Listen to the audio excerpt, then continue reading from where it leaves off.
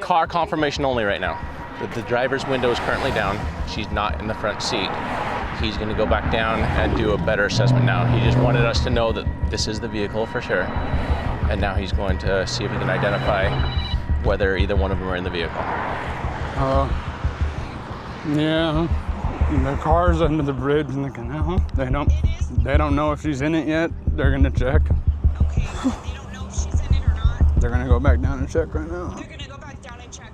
Did you call your mom right now? No, babe, this is all happening right now. Part of me knew this was gonna happen today. Everybody kept asking to start a GoFundMe so that I can get a search, and get the private investigator and get everything else going, but I knew that this was gonna be the case.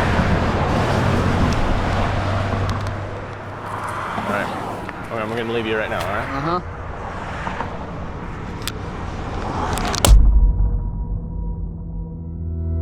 Baby Sandra and her mom go missing July 15th of 2025, just over a month ago. We stepped into this case just over a week ago where we met Whisper's brother, Richard, and today we also collaborated with Juan from Angel's Recovery out of Stockton. The vehicle is coming out now, but we're going to bring you into the entire day's search, not just now, but we're going to bring you into the morning as well as a recap as to what took place a little over a week ago when we first started this investigation. This is one episode you are not going to want to miss. An urgent search is underway for a missing mother and her baby. The search stretching from Fresno all the way up to Sacramento. 36-year-old Whisper Owen and her 8-month-old daughter, Sandra McCarty, they haven't been seen since they left Fresno on July 15th. No one has seen or talked to them. Her car's no longer popping up on any traffic cams. Her phone's been off. Your mind goes through all the terrible possibilities. Something happened to my daughter and her little baby, and they're not taking this seriously. Vicky Torres was the last person to see them after a family visit in Fresno. She was here for a doctor's appointment for the baby. Everything went well. We had a wonderful visit. She told me how everything was so good at home. She says Owen left her home in Fresno at around 5 p.m. on July 15th and was headed to Sacramento. Fresno authorities say just 3 hours later at 8 p.m., traffic cameras captured Owen's vehicle in Atwater, her last known location. The only thing she had to do was stop and get a can of formula because she was on her last bottle. She didn't run away. She is a new mom. She's got a good home life. She has 3 other children. Their hope is they can get answers that bring Owen and McCarty home soon. We just want to find them before it's too late.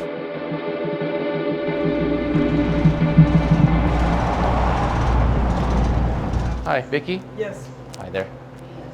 And My wife, Nicole, welcome. This is Dan, who's visiting from Australia. How you going? So first of all, we're first and foremost here for you. As you've seen, we do document things. Are you comfortable with us documenting breakfast this morning? Okay. Have a second mic. I sound normal. It's you lot that sound different. So as I was saying, I checked with the coffee shop, Expressito over there, right after the farm supply, and there was a camera that's pointing directly at the intersection. Unfortunately, I guess they changed ownership 2 days ago, so they took down the old system. So whatever system was up from the 15th, they don't have access to. I went further down the road, and probably a mile or so, there is a police cam facing the road, the main road. So I want to reach out at some point today to Waterford PD and ask them and show them the situation and let them know, because as it stands right now, the investigation's out of Fresno. And they've been reaching out to Atwater to ask them to look, but that is Merced County. This is Stanislaus County. Right. The sheriff's only access to cameras county to county. So they would have had no reason to or resources to be checking here until now. Because right now, as it stands, as we were talking about a few days ago, thinking that she was just jumping off 99 for a moment, and that she always, and you were telling me she always takes 99. She never gets off at 99. So now, where does that take us? Which we were really surprised with this new information that she's now in Waterford. Yeah, and at that point, my whole thought process was her children's father, her spouse. He had told me, he goes, she had one headlight out, and with no license and everything, I could see her not wanting to get pulled over. So I thought maybe she would look up another way to get home, avoiding the highways. Well, when she left her house that night, her phone was dead. But I mean, she could have dug a charger out, stopped and bought one. there's resources she could have used as far. I do know that the navigation disc that goes inside of the maps disc that goes inside the navigation of the car was out. And so I don't know if those map systems in those are smart enough to avoid highway. And that's Is what I it? thought too. I was like, I don't think that they are. I don't think they have the filter to avoid highway. Did she normally travel where she had been, got up really early in the morning and then had tried to do a big trip in one day? Was that normal for her, or was this a bit of a stretch? Well, no, that she could have. She's done it before. Yeah. But I kind of wanted her to spend the night. I just, she usually does. Which is why he didn't know she was missing for those couple of days, because he thought she just stayed at my house. Typically, he's with her when they do the trip in one day. Yeah. So that they change off driving. One drives up, one drives back. And was she a bit anxious because Sandra was feverish? Well, yeah, because she had shots, and I just think she wanted to get back home. I got the feeling like it was all about getting her home before she got real fussy, because there's no, like, my house is not set up for her. Sure.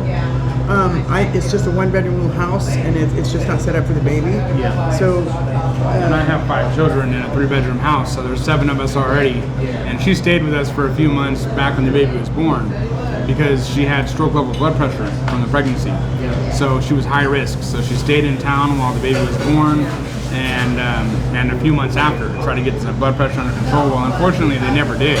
But the baby's primary care doctor stayed in Fresno, where we live. Yeah. So she would just make the trip down. Well, it gave her an excuse to come see us and for us to see the baby. So she kept doing it.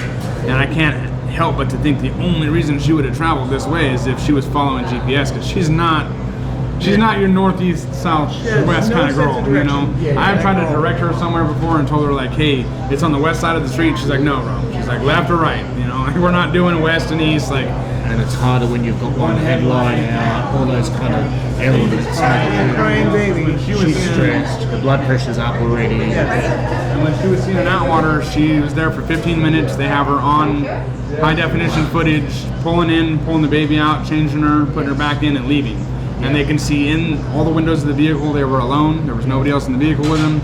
And the only the only margin of time she had from the time she left there to the time she was spotted here is 10 minutes. No fixed cameras as far as the roadway goes? Well, we'd have to drive all of that to find out. Yeah, now see, until now, I didn't think of this as a possibility. So you can see her come through the intersection right here, Yeah. and there's nothing that stands out that, like, I'm in a hurry. She doesn't have that. It's a normal speed going through town, same speed as the other car. So she's, in theory, heading to Oakdale. My assumption would be at this point she's following GPS, so she would have followed the one that is naturally taking her on. You know, if you look it up, it gives you the one that they suggest, and then you have to select the variation. Yeah. So, I mean, when I looked it up the first time, it gave me one. Looking it up today, it gives me another one. So, road conditions, things like that. Oakdale, Riverbank, Escalon, trying to see if she went through there. Escalon said they don't have anything on her. He's waiting for a call back from Riverbank and Oakdale. If he hears anything from them confirming that she went through there, then he'll let us know. Did I hear that she didn't have a license? Correct. No, she's never had a license. Okay. So she's just a bit panicky too. She's got in her mind that she doesn't want to get in trouble. She wants to get home as quick as she can, keep off the In all highways. honesty, she has a warrant. And she would, with that headlight and the baby in the car, she wouldn't want to get pulled over.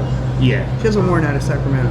Oh, okay. Right. Yeah. So with accident scenarios, what you'll find often too is the highest risk points are just before getting home and just before you've left. She's already left. So let's take a look at the route out of here.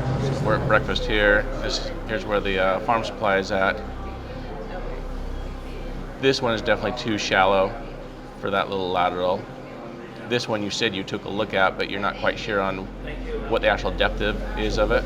Yeah, so this one's plenty wide, and again, we don't know how deep it is, and I saw that a lot of the other laterals are really high right now, which is going to give you another 3 to 4 feet. So if this is like the other ones, we're looking at 8 to 10 feet of depth right here, and you've got access on both sides of it to make your way in. So we definitely want to check this one.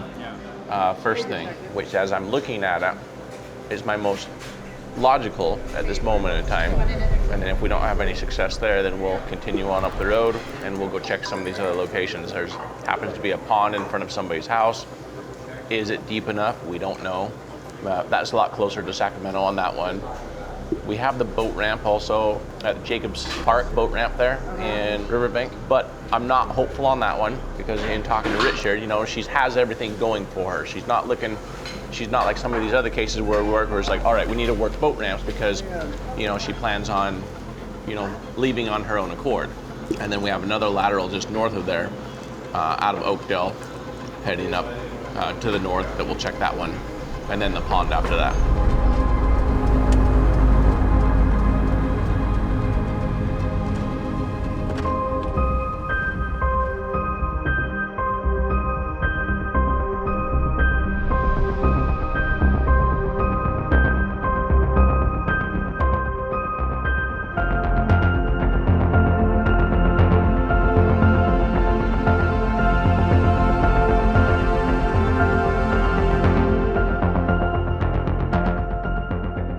On the footage here, this one to the right here is southbound, and that's where she came out of Atwater, and then she came right through the intersection here, and then there's a camera right here on the Ace Hardware that picked her up.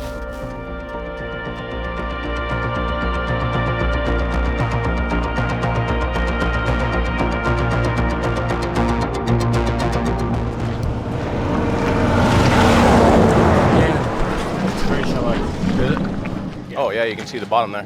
Yeah, it's very shallow. So no go there. I can see the bottom there. Yeah, we got 4.5. It's way too shallow for her vehicle.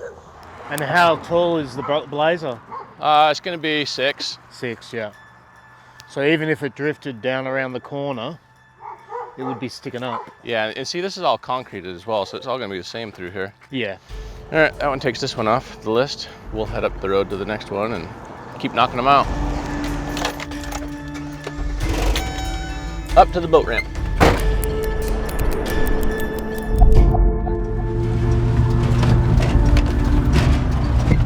I'm gonna hang here a minute, have you zip back down to this river crossing.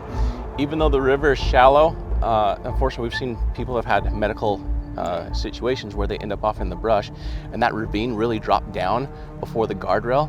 Yeah. So head back to the south side, check both sides of that, and we'll hang here for you. Okay. And text me if you see anything, and we'll come meet up with you. If not, I'll be here waiting for you.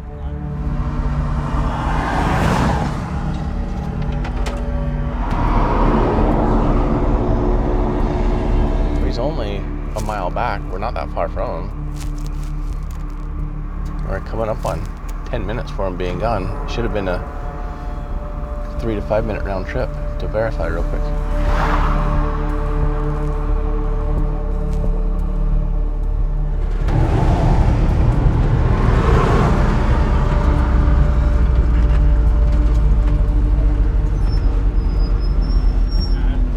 went back and walked it both directions, both sides of the road. It's a long ways down, but a few, probably about 50 feet that way. It's all well-maintained structures with access road goes in and out of there. You can tell it's well-traveled, fresh tire prints and whatnot, but I went all the way back in there as much as I could. Okay. Yeah, you had me nervous for how long you were gone. I was like, oh. Well, yeah, I mean, I was trying to be thorough today because it's real thick. The shrubbery is real thick as it gets closer to the water. And I was thinking, all right, well, I don't want to overlook it and then drive off, but before we went to breakfast, we had driven this way, and I drove back, and I was like, we got to check that on the way back. So when he stopped, I was like, all right, it's good. And we go back and do the due diligence. Yeah, because like I said, there's been quite a few that have been found, 100 yards off the road, and they're just buried in the brush. You just don't see them. And it's like I was telling my mom and my wife a while ago, after about 7 to 10 days, the brush will bounce back. And you won't see a hole in it. You won't see somewhere where a vehicle went off the road. Branches are much brilliant when they bounce back. All right, yeah, we'll keep, you and I, let's all keep focused on anything possible for that on the way up. All right. All right, we'll see you up at the boat ramp.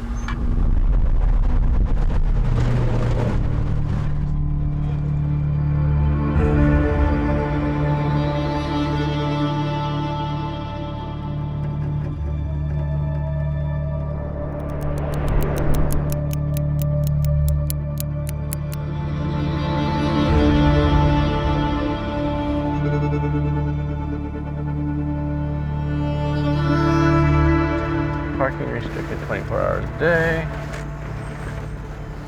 Look at, yeah, that's only, like Dan said, 6 to 12 inches deep right there.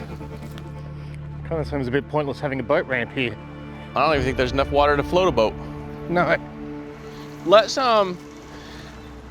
coming over a riverbank was just like weird. So I'm gonna take the road. I'm not gonna go up this way, which would be the shortest to the lateral.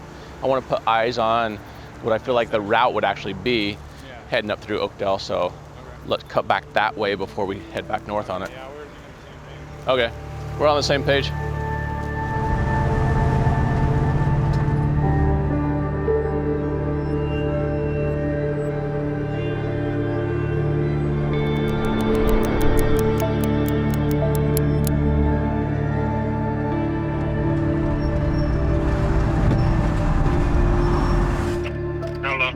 Hey, there's oh, where are you at right now? I'm at the Circle K back there. I'm trying to see if they have any footage that they can check to see if she made it this far. See if she came this route. Okay, I'm gonna drop you a pin. There is a storage units that I'm just north of right now, so I'll drop you a pin to the storage units. And there's a camera on the north side of the building facing the exact direction that we need it to face to pick her up coming up the road. And then I'll keep working my way up to this lateral up here. Okay, thank you. Yep, you're welcome.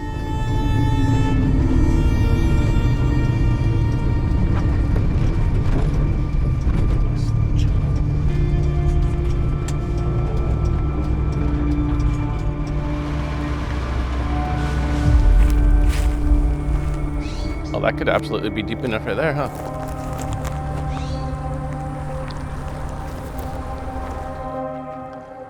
That's some gnarly water there. Oh, that's 7 feet deep right there. 8 feet deep. It's all right, pup.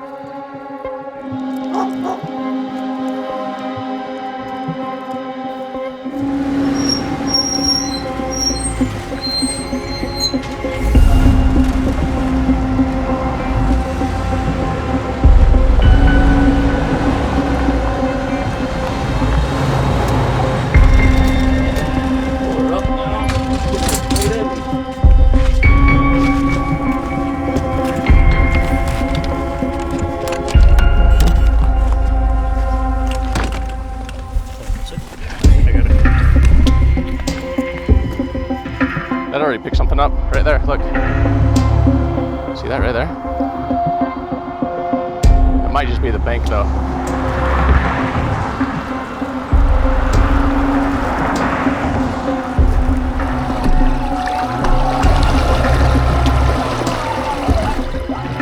All right, come on, give me a vehicle.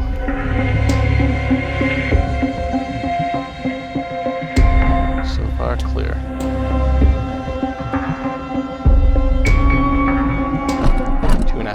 There.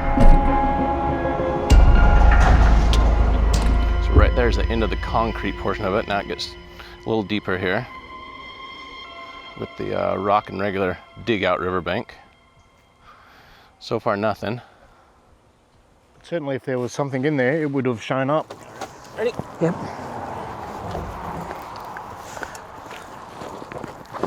Cool. All right, 3, 2, and here we go.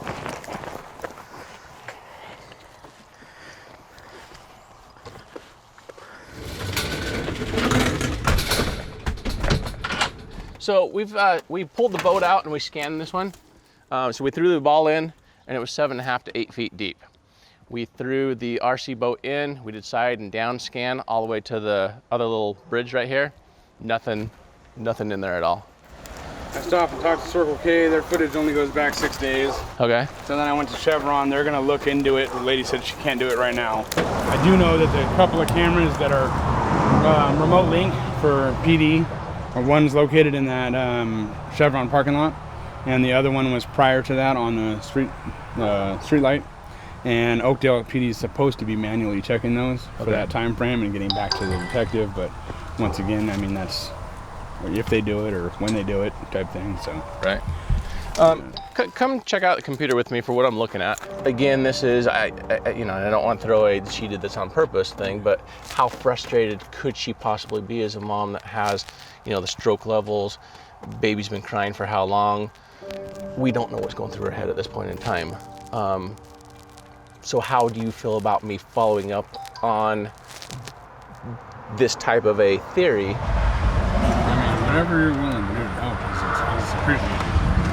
The reality of it is if it's a deep enough waterway to need your guys' services and your expertise, then I'm going to be rested more assured that you checked than not. Okay. Regardless of what the theory is or the thought process behind it. Because if you'd have asked me 20-something days ago if I thought my sister would have traveled this, I would have told you not in a million years. There's no possible way she would have came this way. Yeah. But I mean, that's not the case, obviously. Yeah. Yeah, the struggle that I have with this is that she's heading north at this point. So does she make a left immediately after Ace? Does she end up following this road up? Does she end up going through Oakdale? We're north of Oakdale now. And now, where we're at right now is we started there in Waterford. We checked that location. We went to Riverbank. We're currently at this location. And based on the routes that we have for this back road that goes up to Sacramento, the only other location that we have right now that's available for the accident scenario is this pond right here in front of somebody's yard, and I don't know how deep it is. So this is what I have right here. Is it doesn't have a big ditch. It's easy access. There's no fence here, and that could be 8-10 feet deep right there. So I'm sure that they'll give us permission to go ahead and search that. But the thing is do we commit to going all the way north from where we're currently at, or do we drop back and say, all right, did she drop back over here out of Waterford and just say, you know what, there's a reservoir right there. But she's not from the area. She doesn't know that there's a reservoir right there. Yeah. Like, this is not your backyard. Yeah, no, not at all. And the only way that I can even see her making it to Waterford is if she was following GPS, because that's so far off the beaten path. The only other real body of water that I was able to locate was if she would have dropped down the 132 and then back down to Hatch Road down here. But again, if she's following GPS, it's taking her straight down the 132 to Empire to Modesto, and she's on 99 if that's what she was going to do, not heading back south. I think where I'm at with the reality of this is not a side angle or self-harm angle. I think where we're at is she's trying to get home, nothing on 99. We have nothing else except for this location here. And she's not going to overshoot it and go up to the American River at all. Yeah. I mean, you got all this up here. So there's the Watt Avenue Bridge, is what I believe is right there. And there's a shopping center and access points where you can pull in and you can pretty much pull down to the water. Right.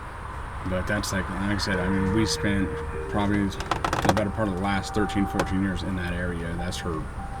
She knows that like the back of her hand. So if she was looking for somewhere to park off and be left alone and possibly, look for an opportunity to just be alone and do whatever she was going to do, then that would be a comfort zone for that. Yeah, that's right. That would be like somebody going to bed to end it type thing. So let's do this then, Richard. Let's go check this pond, and then let's go north of her home and check a couple of these locations if we don't find her at the pond location. And then this is one of those scenarios that normally, we go back, we make the documentary, we release it. That's not what this is about. For right now, this is new. She's missing. You're not getting enough media attention on it. You're not getting enough local help on it. So I think that what we do is, should we not find her at this location with the pond or the American River, let's do a live stream. If you're in any one of these towns along the way, you're in the area, we need your help. And I think that's the right thing for us to do today to help you out. And sounds good. I appreciate it. Like I said, I appreciate everything. Yeah. All right, let's head up to that pond. I'll drop you a pin drop as to where that's at, and if we see anything else along the way, let's make sure we stop and take a look at it. All right, we'll see you up the road.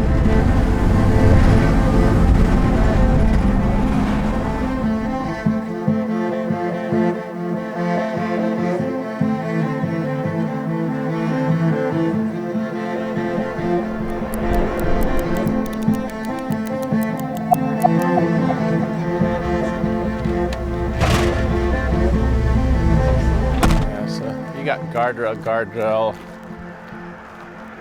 but then you also have like metal post up here, but on the left-hand side, it almost looks like it's down. But over here on the right, there's all of that is still up. There's just no indication. Some indication, yeah, that she went off the road at some point. Yeah, because that would have been bent over. That would have been bent over.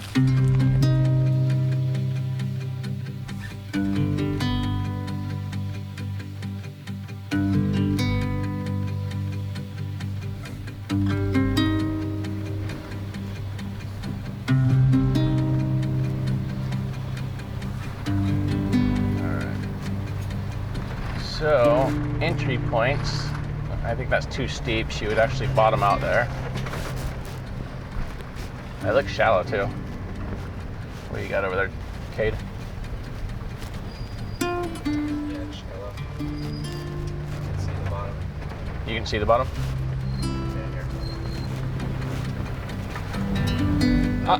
So we're gonna finish running this route to her house, and then let's jump up to the closest boat ramp from her house, and then put in at the river and run a couple of those portions of the river between that boat ramp and then up past the straight shot to her from her house, and then up the river a little bit further from there as well. She wouldn't travel all night to get near her house to then put herself in the water. Not true. You could. Be on the road for 20 hours and then go, I'm almost home, I feel comfortable. This is where I'm gonna do it. Yeah, I mean, yeah. It's a place that you know. What about mum? Where does mum live? From your childhood, your teen years, your adult years. She knows the American River area, so yeah. So the baby's gonna need its nappy changed every hour. Oh no. Well, how long has it been since you've had a baby that was 8 months It's old? been a while. And I don't change the nappy on the granddaughter. And it's late at night, so babies should be sleeping. She'll be sleeping, okay. So it's not like she's gonna have another stop point unless she's so tired she says, you know what, I've just gotta stop.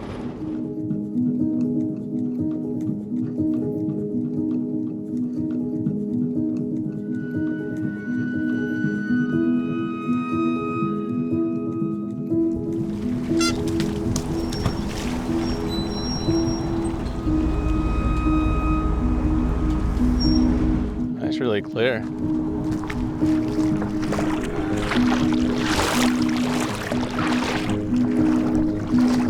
Where Watt Avenue crosses, Yeah.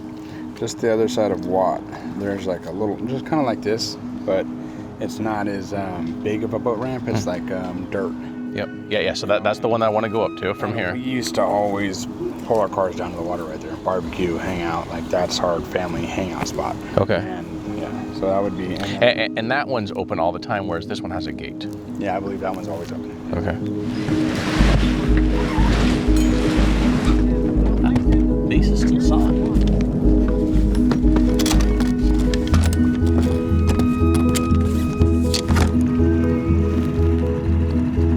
Yeah, super clear, super shallow here.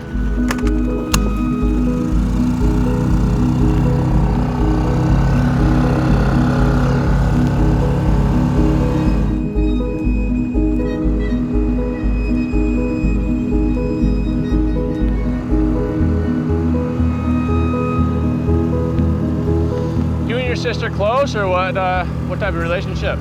Yeah, so we came out of a broken home as kids, you know what I mean? And she raised me and taught me pretty much everything as far as principles, morals, values, all that good stuff. But I mean, by the time I was 7 or 8 years old, she was teaching me how to cook spaghetti for myself and wash my clothes and how to take care of myself. But when I was 13, and she was about 15, 16, and we went out on our own. We kind of went separate ways. I mean, it got too much for her to take care of me and herself. And I was here actually, 13 years old, and I went out on my own, living in this area. And she was in Fresno at the time. And it wasn't until about 2 years later, she was about 18 years old, she came up here. And she's been here ever since. I went back and to and from Fresno, off and on between then and now, but we've always stayed in touch. And at one point I was doing really well and she wasn't doing so good, and vice versa. It's when we went back and forth with who's doing better, but we've always stayed in touch, always been there for each other. And I mean, if we went, like I said, if I didn't know where she was for more than 12 hours at a time, it was by choice. There was never a period where I didn't know where she was or if she was okay. Just because, you know, we grew up not having really much but each other. Our older brother, he was kind of a knucklehead. He was always in trouble with the law. Been on probation since he was like 12 years old, since we were real little. Yeah. So we kind of had to rely on each other. And our parents were always in the picture, just not so much reliable. And the consistency in our childhood was each other. So once we started having kids, it became a matter of trying to do better for our kids than it was done for us, and holding each other accountable for that. Yeah, kids really give life purpose, don't they? Yeah. Yeah, they have a way of putting things in perspective. Yeah. And I always, you know, my sister's had a rough go at it as far as being a parent. And I always told her, you know, I was kind of hard on her. I tell her, you know, you raised me, so why can't you, you know, be the example for them? And I tell her, why? I don't understand what's so hard about wanting to do better in your own life now that you have all these reasons to. And I could never really get a grasp on it, you know? And when she had this last baby 8 months ago, we had this whole conversation because, like I said, she has an active warrant.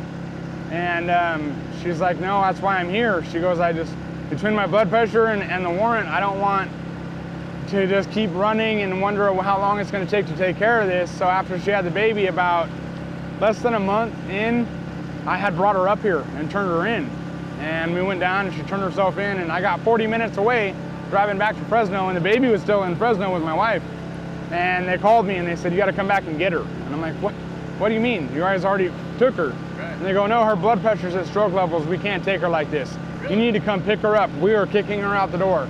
It was like 9 o'clock at night. Wow. And I'm like, so what if I don't come pick her up? They said, well, then she's going to be stuck out here. Well, here it's the branch. It's like 20 miles from town. Right. So there's nothing out there. So I had to drive back and get her. Well, took her home. It was hard enough to get her to leave the baby the first time and go turn herself in. So after that, she's like, I just want to go home and be with the other kids. And I was kind of disappointed that she wasn't willing to try to follow through and go back.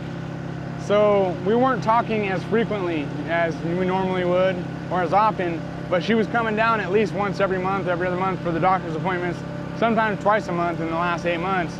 But we'd talk at least once or twice a week on Facebook Messenger because she doesn't keep a steady phone number. And the reason for that is just to try to keep the past life in the past. Okay. Keep people from being able to get a hold of her that want her to go run amok and get in trouble. And it just, regrets are in abundance. You know, I wish I would have reached out to her more or tried to make sure she had a more steady line of communication. But if she's here, I can call her kid's father and get a hold of her 9 times out of 10. And if she's in Fresno, I can call my mom. So we don't really worry about her having a phone because we can always get a hold of her one way or the other. But with this situation, it kind of bums me out because I didn't call that night to check because I'm so used to not being able to get a hold of her, and that I figured, well, if I call her, she's not going to answer, and then I'm going to be worried about her thinking she didn't make it home. And then it'll be a couple days, and then I'll finally get a hold of her again. Is this where you can drive in? I'm not, one of the spots? I'm not sure. It's hard to tell from here. Yeah, we're coming up on the midpoint is where we're coming up on right now, just north of her house. Really shallow though. You can see the bottom here. I almost feel like this is a hiking trail access. Yeah, because you have the power line. Yeah, so it looks like you have like a power line road that comes in all the way to right here. And it was 12 feet deep there, so we had plenty of depth coming through there. And Vicky is biological mom for both of you? Yeah, we have the same mom, same dad. Now she's now married. She's not married. Okay, so that's why she has maiden name, her name, your name still. But they perceive it as though they're married, so they're treating it as a marriage. Yes. Okay. Yeah, at this point they have 3 kids together. I mean, an 8-year-old, a 3-year-old, and then an 8-month-old. Uh-huh. Yeah, my brother-in-law, he went down to the family courthouse, which is actually right down the street from here, this morning, try to establish emergency custody, so that way they'll file an Amber Alert because, he doesn't have his kid, and they'll granted him, visitation rights at the least. Right. And they told him, like, that's not really the way it works. We have to be able to serve her paperwork in order for that to be a valid point. And he's like, yeah, but I just, I'm trying to get law enforcement more engaged, and they won't do an Amber Alert because she's legally allowed to be with her mother, but it's been 20-something days. Right. And that's where he was this morning when we were having breakfast. He was waiting for the courthouse to open at 8 o'clock. And he's been trying to play catch up with us all day long. When we were at the last lateral right before we went to the pond area, he was heading that direction. By the time we left there, he was showing up, and then he almost caught us at that last little pond area, but there was nothing there to check, so he missed us. And I told him, I said, well, we're gonna head to the American River, and he's like, well, what's that about? And I said, well, we're exhausting all options. I said, at the end of the day, we would rather know that we use these resources to check these waters that we're not capable of checking without equipment while it's here, than wondering, well, what if? You know, the what ifs are gonna drive us crazy. Ooh, yeah, real shallow. Yeah, it all looks shallow over here, huh? Yeah, this area by the bridge right here, there's pockets. And they used to have a hard time. The rangers would sit out here all summer because the kids would come out here and they walk, and the next thing you know, they just go under.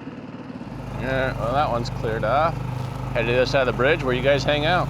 We just come out here and sit here and watch and wait for somebody to try to put a jet ski in. I'd wreck that every time. Get in, woo, wah, wah.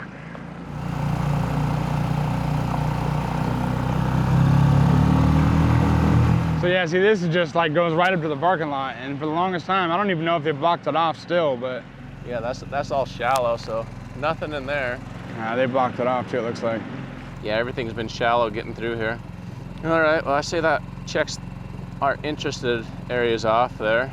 Yeah, and these are the only ones that are really like this. I mean, everything else is all like hike-in type thing. And you have one more, the Grist Mill Recreation Area. You've been up to that one before? Not personally and not with her, but that doesn't mean that she hasn't. Again, looks shallow, but since we're in the water, let's go cover it, because there's one on both sides of the river. I'm afraid it's still gonna be just as shallow, but let's check it. The authorities, unfortunately, they don't do much. License plate reader and Atwater, it took them 36 hours after we reported her missing to even run the plate. And then they ran it, and within 5 minutes, they had Atwater. That's all they've had for 20-something days. And then yesterday, we got a call on a flyer that my brother-in-law went and canvassed and handed out right there in Waterford. He went and drove through there and handed out flyers with his number on it, because a lot of people go, well, I'm not gonna call the cops, I don't like calling cops. And he's like, well, call me. And he didn't, I don't even think he even talked to anybody at the farm supply store. That was all through word of mouth in the town that footage came up. And it's like, you know, the cops keep going, well, we don't know about the boyfriend. We're looking into the boyfriend still. You guys did that, Sacramento did that, Fresno did it again, CHP did it. You've had 4 different law enforcement agencies all look into it, or different branches or offices look into it. And I get all these people on social media, and even my father, he drove out here from Arizona. He came out, asked me if I thought my sister would sell her baby, asked me, you know, if I thought she'd run away, drove through Atwater, didn't stop, came up here, picked up my homeless brother, took him back down to Fresno, sat there for 2 days, brought my brother back, dropped him off, and went back to Arizona. He was in state for all about 3 days, looked for her for maybe 20 minutes if I had to guess, asked a bunch of questions, and then on his way back through, he tells me, I think that Bobby knows more than he's telling us. I think he knows something. And I'm like, what makes you think that? He goes, I don't know. And I said, did you go see him? He goes, no. So, well, I'm sorry, Dad. And Bobby's brother or the boyfriend? Bobby is the boyfriend. I told him, did you go see him? He goes, no. I said, if I thought somebody did something to my daughter or knew something about my daughter and she was missing, I'd go shake his hand, look him in the eyes and ask him, why didn't you?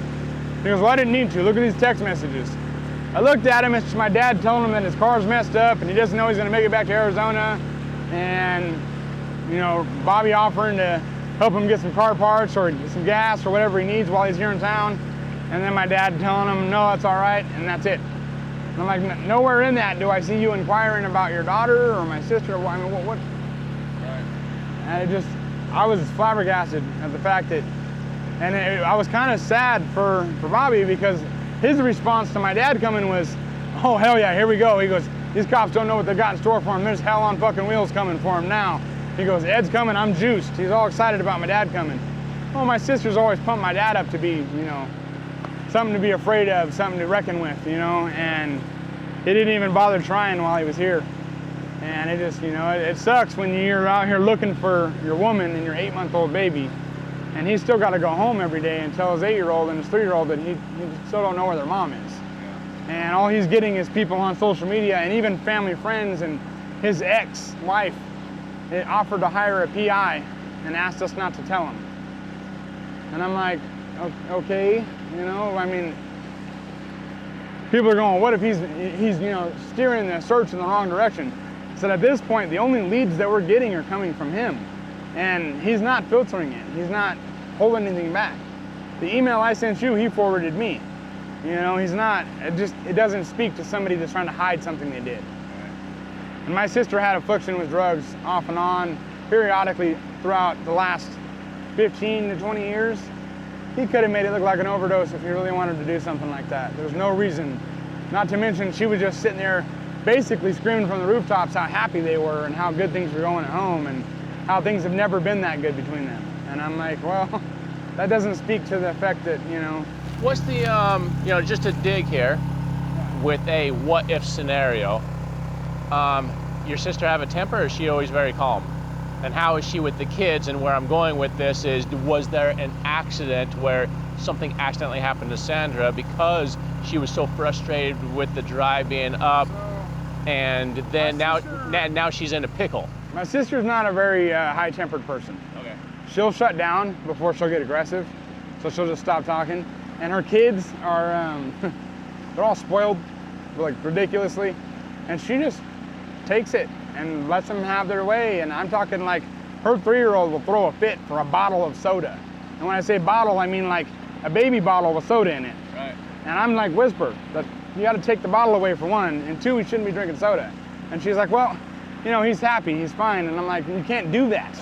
And she's like, well, I know, but just leave it alone. And then I'll take it away, and I'm like, no. And then he starts throwing a fit, temper tantrum, screaming, and she'll deal with it. She doesn't get upset. She doesn't get short with him. And she's always telling me that I should be more calm with my kids and I should have a calmer demeanor. And I'm like, we were raised getting popped in the lip if we tisked at our mom, you know what I mean? And she's just like, no, Richard, you can't do that. And don't tell your kids to shut up. That's not okay. You're teaching them that it's okay for people to tell them to shut up, especially your daughters. Do you want them to grow up and let men tell them to shut up and be quiet? She's like, you can't talk to your kids like that. And I'm like, from the way we were raised, I don't know where you get this demeanor that your kids can just do whatever and it's acceptable. And she's like, well, they love me and I love them and we have an understanding, and they may get upset, but at the end of the day, they're good kids. And I'm like, I can't argue with her logic. They are spoiled, but they're good kids. And they give her a hard time, but for me and their dad and everybody else, they're good kids, they're great. They're well-mannered, well-demeanored children. They just give her a run for her money because kids do that, Mom is their safety zone. So in the way of that, I thought about that. I thought, what if something happened and she's just too afraid to come forward? She's afraid to let her, to tell somebody that something happened. But she's not the type to shake the baby or use her temper or leave the baby in the car and go walk away, and then something like that happened. She would sit there and let that baby scream before anything else. And I mean, when the baby was first born, she wasn't colicky, she was just having a hard time. She was constipated. And she was having a hard time acclimating to the formulas. And she was screaming for like 2 weeks straight. And my sister would be sitting there, well, I gotta leave, I go to work and go take the kids places. I'd come home and she's like, here, bro. She's like, you gotta take the baby for a minute. And I'd take her and get the baby to burp or pass gas. And she'd be like, how do you do that? And I was like, how long has she been crying? And she's like, it's been like 4 straight hours this baby's been crying. And I'm like, I don't know how you look so calm. I'd be pissed. And I told her at one point, I said, you just gotta put the baby down sometimes, walk out for 15 minutes, let her cry. Half the time they'll cry themselves to sleep, but as long as you can hear her and she's not choking, then you're okay. But you can't sit there and let them scream in your ear when they're fussy like that, because you'll get to a point where you just can't tolerate her no more. Now she's 8 months, so it's a little bit better, but the baby was feverish behind the shots. She wasn't to the point where it was like, where she would have been wailing until my sister couldn't take it no more. The picture actually of the baby on the flyer, that was taken immediately before they drove away. That is like the most recent picture of that baby as possibly be. My stepson, he's 12. He lost his dad almost 4 years ago. And this is hard for him, you know what I mean? He's seeing us look, and we've lost 2 of his grandparents, or 3 of his grandparents, an aunt, his dad, and multiple people, just probably 5 or 6 very close immediate family members, and 5 or 6, distant members and friends of the family. And you said he's 12 now? He's 12, yeah. and he was like 9 when we lost his dad. And he comes in, every time he walks through the room, he comes over and gives me a hug. Like, I love you, you know, and people are like, what's up? And like, this is affecting him, and I'm like, he's trying to support me because he knows in this moment that there's nothing anybody can say or do, and at 12 years old, all he wants to do is make me feel better. And that's a lot of weight for a 12-year-old to carry. And I'll be sitting there trying to put on the front, and he's just looking at me we went to church the other day, and everybody's out there, and they're waiting for me to get out. So, any word yet? Any news yet? Have you figured anything out? And he just came over, and he gave me a hug, and he's like, are you all right? And I'm like, yeah, I'm good, bud. You know what I mean? I'm good. And he's like, what did he say? He goes, we'll be okay. He didn't say it'll be okay, he said, we'll be okay. And I'm just thinking, you know, the loss this kid's experienced and what he's had to learn how to cope with, there's no closure. You know what I mean? There's just learning how to accept it and deal with it. And here this 12-year-old still doing that. And his uncle reached out to me today, and he goes, how are you doing? He goes, you know, when we lost my brother, that was hard, but we knew, and you don't know. And I don't know how you're dealing with this, but just so you know, we're here, you know, and everybody's praying and this, that, and the other. And I told him, you're not a very religious person, so I appreciate the sentiment, you know what I mean? And he goes, well, I didn't say I was praying. He goes, I said we were praying. He goes, everybody's got something to look into, but right now I just want to let you know I'm letting everybody that I know to pray, you know? And I'm like, well, I appreciate that. You know, my father, he did time 20 years ago for drug trafficking. I've done time 3 times in the last 15 years for drug trafficking, arms trafficking, things like that. The baby's dad, he's done time a couple times for trafficking, or, you know, for drugs.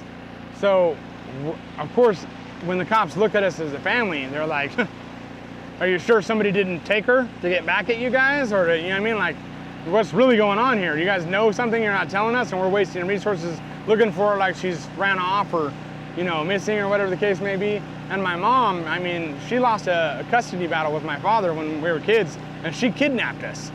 So she's a kidnapper, you know what I mean? Like, on paper, we all looked horrible, right?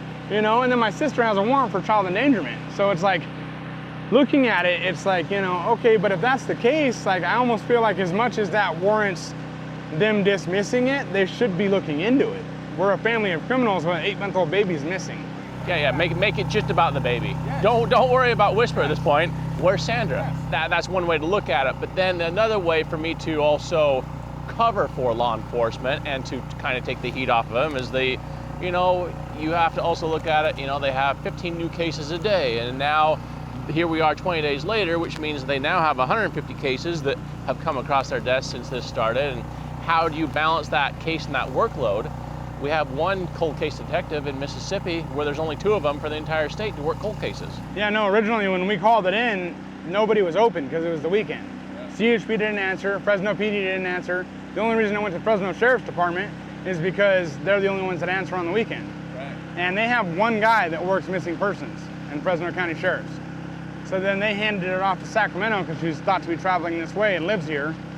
And Sacramento said, well, she never made it. And I want to say less than 24 hours later, they handed it back to Fresno PD instead of Fresno Sheriff's. And they said, oh, well, they got a whole task force. They got a whole, it's not. It's a few detectives working missing persons, you know. And unfortunately, we have more of a drug and a gang problem in Fresno than we do a missing persons problem. So more resources are gained towards that, you know. And I mean, my brother-in-law, my wife's brother, he had a warrant for possession of a stolen vehicle, and 15 cops, 5 cars, ran him down using cameras and arrested him in a parking lot since my sisters went missing. And they came and knocked on my door and said, hey, do you know where he's at? And I looked outside, and there's 2 unmarked cars and an SUV and a black and white, and they're all out there in tactical gear with all fully, you know, suited and booted. And I said, you know, I understand you guys got a job to do. I said, but if I'm not mistaken, you're Magic, right? And he goes, yeah. So that's the gang task force. I said, and that's the heat team? He goes, yeah. And that's stolen car task force.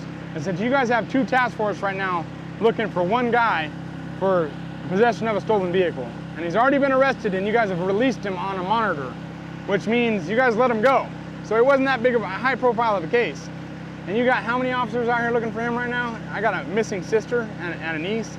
how many cops are looking for them? And he's like, well, I wouldn't be able to tell you. And I said, well, how many people are on the missing persons task force? He goes, they don't have a task force. And I was, okay, that's all I needed to know.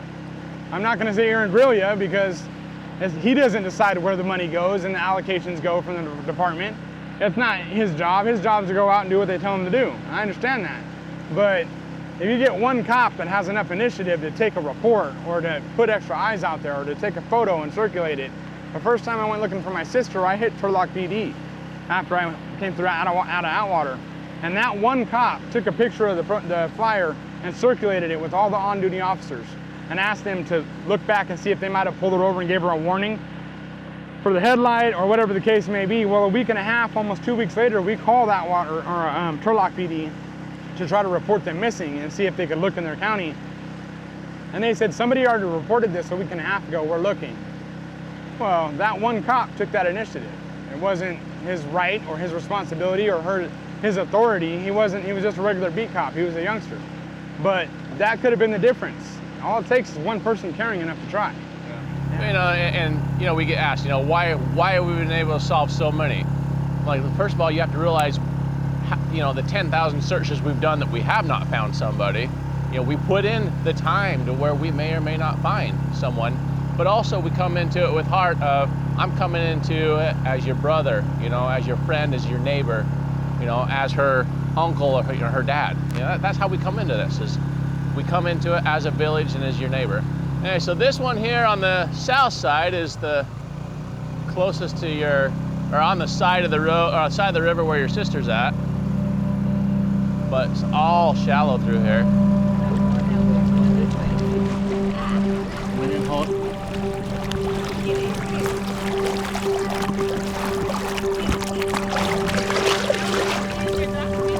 We're gonna put everything away right now, and then we're gonna pull up and we're gonna do a live stream. Probably give us 45 minutes to an hour to get everything up and live, so that way I can get all the links of all our maps and everything that we've done today. And then, you know, I was talking to Richard out there too. Now he needs to start pounding every news organization from here as well. The word needs to be put out. Here's the search that's taken place. Here's what we currently know. And let's keep this going. Because we've done multiple interviews with all the stations and even papers and internet stations too. Internet news feeds. I've done a few. Yeah, and we'll touch on how there's some false information out here. Yeah. Here's the solid information. Right, exactly. I had to get wet, man. It's just too hot. Yeah, we'll put the slide outs out, and we got the AC going, so you can come in once we get everything moved up. Okay. Yep. Good.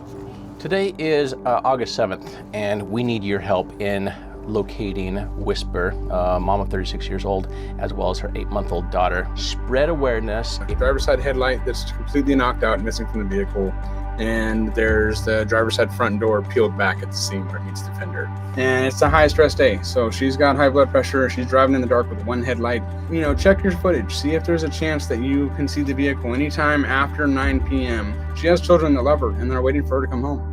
And they want their mom, and she wouldn't run from them. She wouldn't take off. It doesn't speak to her character, it doesn't speak to the situation or her circumstances at home right now. For those of you that trust in law enforcement, believe in law enforcement, and think that they're out there doing their job and that we're just out here wasting our time, because trust me, I got a lot of comments all the time about how I need to just sit back and let them do their job. I'm sorry, but this is 23 days, this is my family, and if I sit back and wait, what am I waiting for? What am I telling my children? What am I telling my nieces and nephews that are asking me every day when their mom's coming home and if she's gonna come home? We need answers. Thank you. You're welcome. You people are awesome. I wish we could have brought her home for you.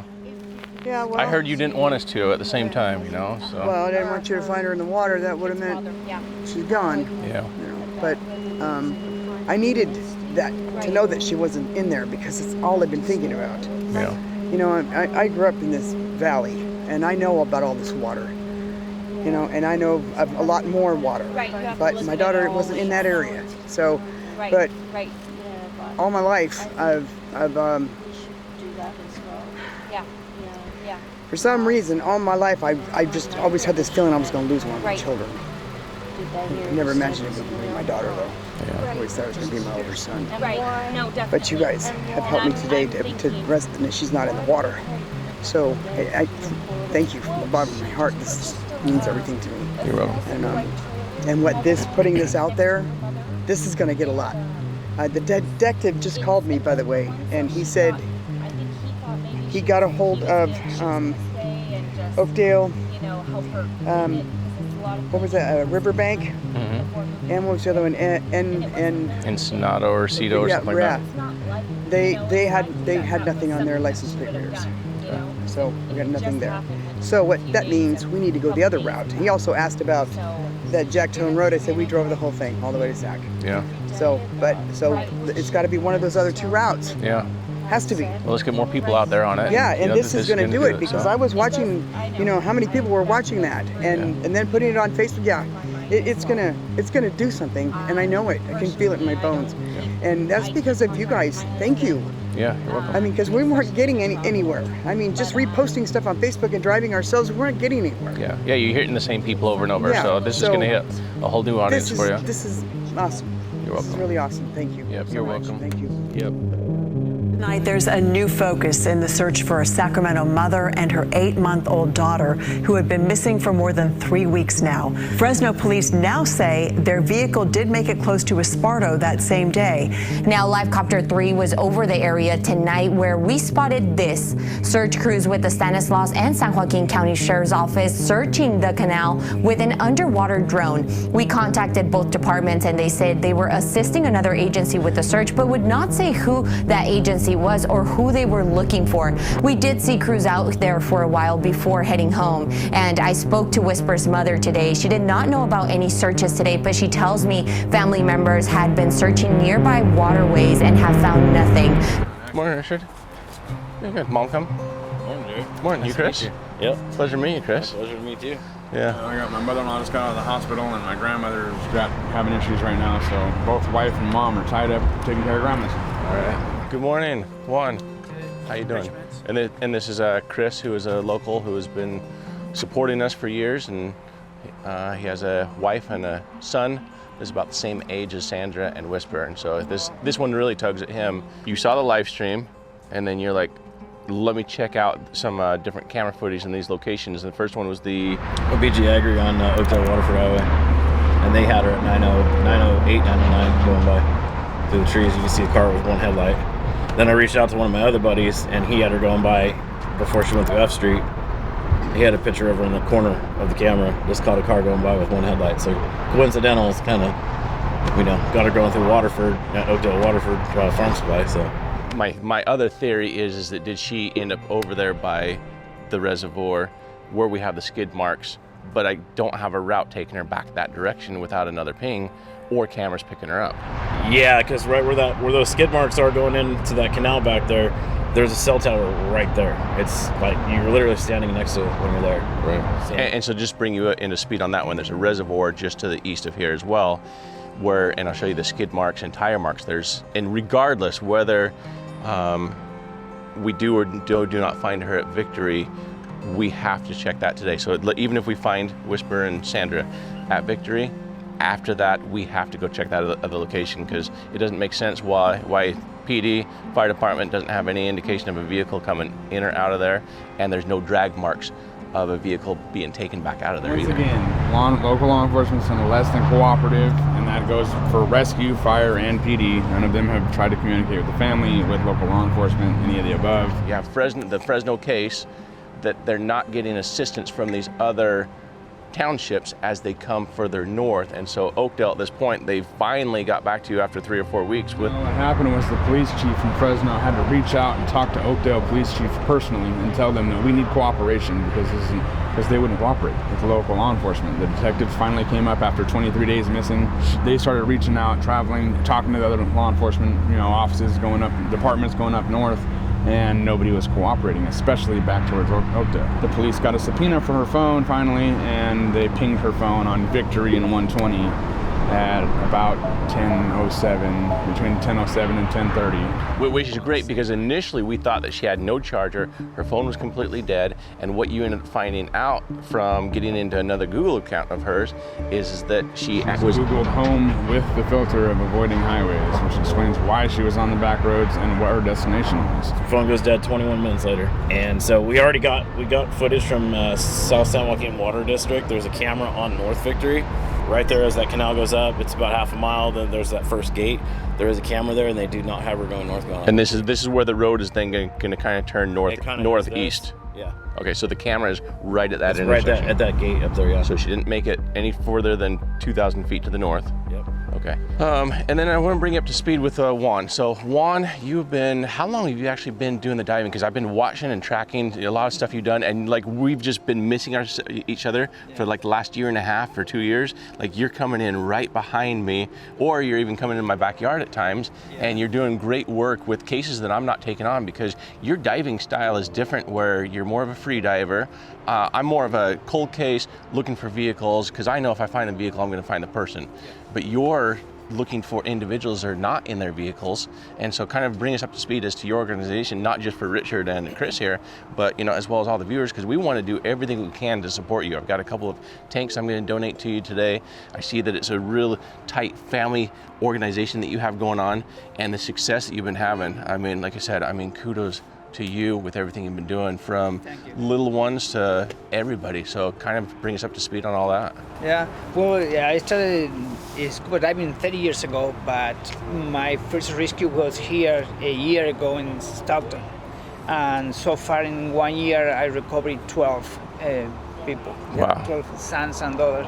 And everyone, none of them have been in vehicles? Or have No. Well, just one. Okay. Just one. One just Chris Folder, he went in Egg Grove and he went down with the car. But that was the only person that I recovered in the vehicle. And so a lot of drownings you've been working on. Correct. And I've always said, if you don't find them in the first 100 yards, it's a needle in a haystack, you're not gonna find them. And for me, if somebody requests my assistance with a drowning, I'm like, first 100 yards, and I'll run another mile or so in hopes I'm gonna find them. But you're having success, not just in that 100 yards, but miles downriver. Miles, yeah. And so kind of tell us about how you navigate process. your process. Yeah, well, basically, I started where they went down, and I tried to cover the river, left shore, in the middle, and in the other shore. And I covered, my first day, I tried to cover 5 miles. And you're not doing sonar, you're just doing diving, or how are you doing this? Just diving. Okay. Yeah, I don't have any sonar or any equipment. I free dive when it's clear water, or I just put my tank on and go down. And that's how I found it. Wow, that's amazing. Like I said, Juan's going to be with us all day today because we are in his backyard. I want to be respectful and not step on any toes and make sure that we bring him in on this because, like I said, he's an incredible diver. If we happen to be in Swiftwater today, he's a lot better at Swiftwater than I am. We were both on the Christina car together. Yeah, we did. And that was and these are waters where the local dive teams, they have their red tape regulations where they're like, it's too swift, we can't do it. And both you and I, we laughed about that one, like, come on. Yeah. And we should have, and here's what here's what I'm doing moving forward, and I think what you kind of hinted at as well, is if we end up on a vehicle, and it's the vehicle we're looking for, we are pre-rigging things prior to notifying law enforcement moving forward, because I am sick and tired of having law enforcement show up and then it's another day or two at times, or they just don't do anything at all. And so if we have the line in hand, here it is, it's already hooked up, pull it out, now they have no excuses. So that's how it is for me moving forward. So I'm gonna put a link to Juan and his dive organization down below. For my organization, for Adventurous Purpose, we are good for our financing for 2025 and 2026. Do not send us any more donations. I want you to, if you plan on saying, hey, I love everything you're doing, send all donations right now. I'm gonna link to your organization, you're a 501c3, and if you have it in your heart to donate to everything that we're doing out here doing this free of charge for families and law enforcement. Support Juan, support his family and their organization and everything they're doing, because man, your heart is in it. So like I said, I appreciate it. Thank you so much. It's a pleasure to work with you today. Yeah, let's jump in, let's have breakfast, we'll bring you up on the mapping, and let's see if we can bring Sandra and Whisper home today. So, all right.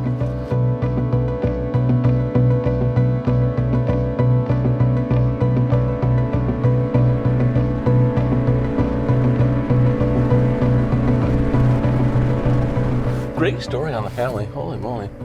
So he's a realtor, the wife is the lender, daughter is a realtor. Mercedes, the mom, lost her son a little over 2 years ago to a car accident. And so the mom started coming out and she was able to relate with these moms.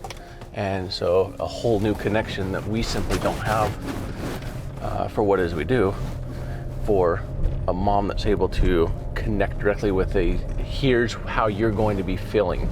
You're going to hate God, you're going to hate all your friends, you're going to question why this happened to you. So there's going to be a lot of hatred for the first year and unanswered questions, and then the healing process kind of begins from there. And so she's able to, like I said, really connect directly on a level that I can't. And then the way that the name of Angels came about for them is that on March 21st of 24 is the first recovery that Juan went out to do. And on that recovery, it was a mom whose son ended up in the river and passed away. The daughter had mentioned the kid, high school was right nearby, and so Juan's like, just down the road? He goes, yeah. So Juan went down there, the mom was still at the riverbank.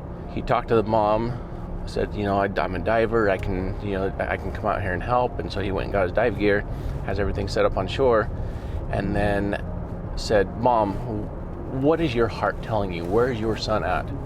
And she says, my son is right there, and points to him. And he went out within 30 minutes. That's where he ended up finding her son. He was, normally a body is laying down, but when it's getting ready to float, it's, now it starts coming up to the upper position. But the way that he found her son is that he was standing in an upright position with his arms out like an angel, with the sun coming in at him, and it was a sign of an angel for Juan. And then when he came up and he was talking to the mom, like, I found your son, and she's like, oh, you're an angel. And so that's how Angels Recovery came about, with naming the organization for Juan. As he had mentioned, in the past year, they've now found 12 people that they've been able to recover and help bring home, with 2 of them being young children. And a lot of this conversation obviously was happening over breakfast. There's a lot of noise and stuff in it, and we decided just to enjoy breakfast, kind of get to know everyone. So you want to, this is going to be, we're not in the RV right now. Here's the boat, and it's all folded up with the sonar and everything. So you want to bring everybody into what's going on and why. So I'm going to bring everybody into why we are not in the RV. Down Under Dan is actually in the U.S. with his wife visiting, and now Dan is on his vacation portion of it. In doing so, we left a lot of our equipment in the RV that's now up in Canada on vacation. We were able to grab some of the equipment out of the dive trailer that I've got, piece enough of it together that we were able to throw it in the car and just beeline down with this new information that we have, because now a lot of you, Chris, the local, and a lot of other people have come together on this, and this is how cases are solved. It's not me doing it. This is not me. This is you being a part of this with us, by spreading awareness as to these cases and stepping in when it's in your own backyard and finding out additional information. Because on this, some of the information came from law enforcement, but a lot more of it has come from locals helping out. And we're coming into that town now from the west side of it. And here's the name of the town right here. Escalon is the name of the town. She was last seen over here in Oakdale, and then we ended up on Valley Home as the route that we ended up taking. Coming back onto the 120 here, and there's gonna be see if there's a Pioneer. There's Victory right here. So Victory is where we're going. There's a canal right here that we're gonna search. She can't go to the north on Victory because the road turns with the canal, and there's a camera right up here on Victory. There's the camera back here that she got picked up on, and then you have the cameras coming into town here into Escalon that she would have been picked up on. So that's why we feel like she's boxed into this area. And speaking on the accident portion of it as well, you know, a lot of people said, oh, the husband, the live-in boyfriend husband, they have Sandra together. And a lot of fingers have been pointed towards him. And I want you guys to know 100% law enforcement has ruled that out. They cloned the phones, they brought them together with the technology. Now they're able to say, all right, did these two phones cross paths during this moment in time? All the Ring cameras show that he was home, nobody came, nobody left. And so 100% his alibi is airtight. Leave him alone, don't make rude comments. And and at the end of the day, don't make rude comments that, hey, the brother knows and the brother's just hiding her. No, this is a brother who's not hiding his sister. This is a brother, because I've been out with him, that is in searching for the sister that he grew up, that he went through having to raise each other, that they've been through so much together that they have this bond that a lot of siblings do not. We didn't get on camera last time, but the brother, Richard, he's been living out of his van. He's been losing sleep over this. He literally had a bucket or a jug in the back of his van for peeing in with coolers and stuff. He's been living out of his van, distraught, trying to find his sister. And I think that's a good rule of thumb with any case. I mean, how many cases have we come across where it turned out to be an accident, but everyone thought it was foul play? Oh, you know, Carrie Mae Parker is the biggest one, where so much speculation on the ex-boyfriend, and so much so that there were search warrants served on his property. They actually brought an excavator in and dug up his property. And then at the end of the day, it was nothing more than an accident, that she's on the way to her son's birthday party. He was 5, and she has the bicycle in the trunk of the car for his birthday. All right, here's Victory right here. Is she turning north at this point, or did she veer off here, or is she circling back to Oakdale for some reason? So we don't know if she's going south or north at this point. Looking at the situation, she was exploring maps multiple times from Atwater to Waterford to here. So this looks like somewhere where she'd be feeling turned around and possibly pull over or want to pull over to check. They said that she was stationary at this point for like 20 minutes before her phone died. Right. So I don't know if that's, I don't know what that would be, but I would feel like if she knew which direction was north, she would be going north. She would turn north. So the only downside on that one that I have is, if you look at the berm there, it's a lot steeper for the berm, and you have a curb up at the top. Yeah. And so for my personal theory is that, the pull-off scenario here, that she pulls off to take a look, and then she's gonna look for another route off of it, and she could end up anywhere off of here. Less of a berm also if it's an accident and she's doubling back to Oakdale. So, but I'm gonna go with whichever you want, north or south first. South. Okay. North's been searched multiple times. And that section over there, my wife and I walked that all the way up to that. You see that camera up there at the gate? Yep. We walked that whole section and pulled sonar on that canal front and back. Okay. And the footage they have of local search and rescue, it's them searching that side as well. So let's go with you on that side.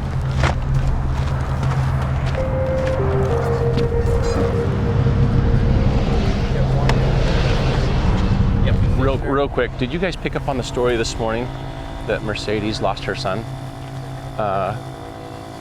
Those flowers right there, that's where her son went in. She lost her son right here, went between those poles. Those are her flowers. Wow, I didn't know that it was right here. That was the car that went in and was pinned up against the bridge because there was so much current in here. Yeah. Because we talked to the guy who lives down there, Mark. He's actually a friend of one of my coworkers. And he remembers the night that she went in. Yeah. Or he went in. Yeah, the son went in. Yeah, that's Mercedes' son. Oh, wow.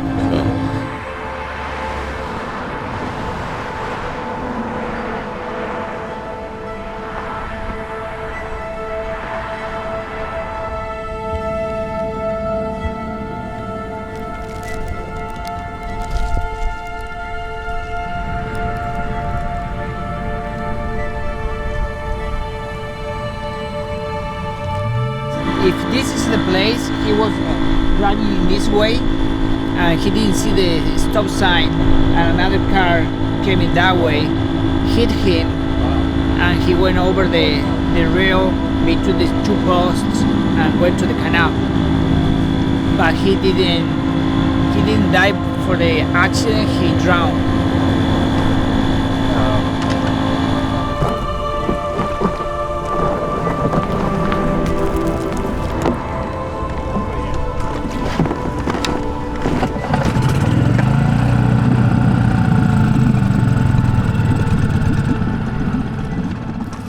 All right, so now let's go and adjust this back down to about 30 feet, well, maybe 25, 20, 25 on both sides. So yeah, definitely plenty deep to hide a vehicle, because even though we're reading 8 feet deep here, you have to remember we're down another 12 to 18 inches, so we're at an actual 9 to 9.5 feet deep is where we're at. Change this to 55, 60 feet. Let's see if I can pick anything up under the bridge by chance.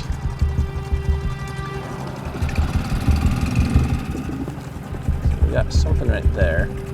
I'm kind of going sideways on this, so I'm not going to get the best of readings on that.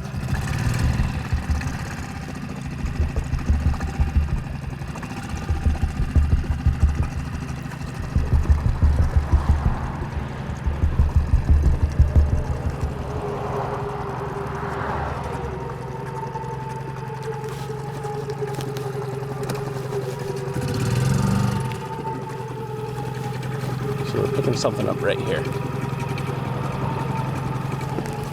So we got bridge pillar here, but then see how that's wider than bridge pillar?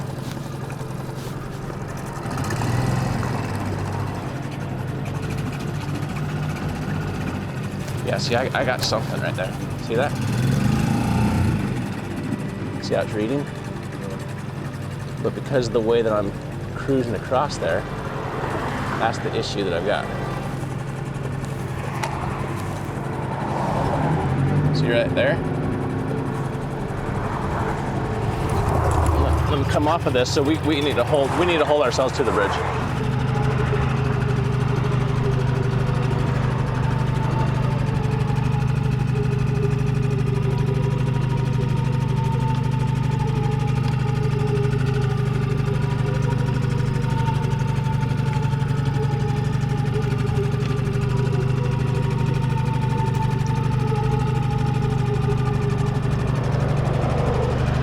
Right here is our vehicle. Okay. See that? I think we have it. That's not a bridge pillar.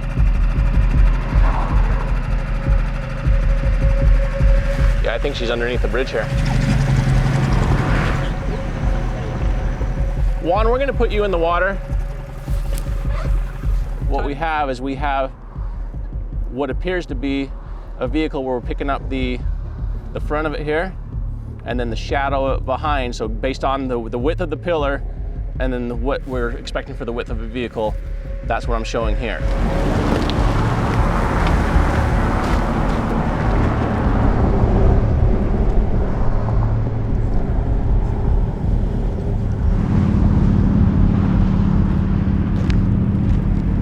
That's where she went in right there. It's possible. Because there, unless there's something over here that shows scars coming up.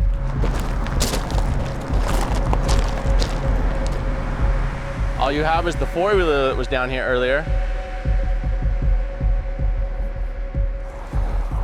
Times of waiting, anticipating, and I want to be respectful of you. You want your space, you want somebody next to you. Just take it as it goes. Yeah. You know, I don't know. Part of me hopes it's her, part of me hopes it isn't. But if it is, comes the next, the next problem. I gotta go explain that to my niece and my nephews. We all get it, life's not fair, things happen. We have to live without people we love sometimes, but they're children, they don't get that yet. And I don't want them to learn that with their mom, but right now I'm so exhausted, Darren. I eat, sleep, and breathe this search. This is everything, all day, nonstop, from the messages and the comments to the phone calls. I've gotten 20 phone calls in the last 2 days from just one person. And then you spread that amongst all the other people. My whole life's on hold right now looking for her, and I'm fine with that. I'm okay with that because leaves the possibility that she's okay. But being this long, I would have to be naive to think that she's okay. I mean, especially feeling the way that I do and feeling like if she was okay somewhere, I would know. She would reach out and let me know. So it's hard. Like I said, there's some amount of knowledge and acceptance and being able to move forward if it's her, but there's a whole lot of grief that comes with that and trying to figure that out, and that's, You know, if you need your space, you know, said get back, Jared. If you need somebody around, it's Jared. Yeah. I need you. We're here for you. I appreciate that. I appreciate all of it.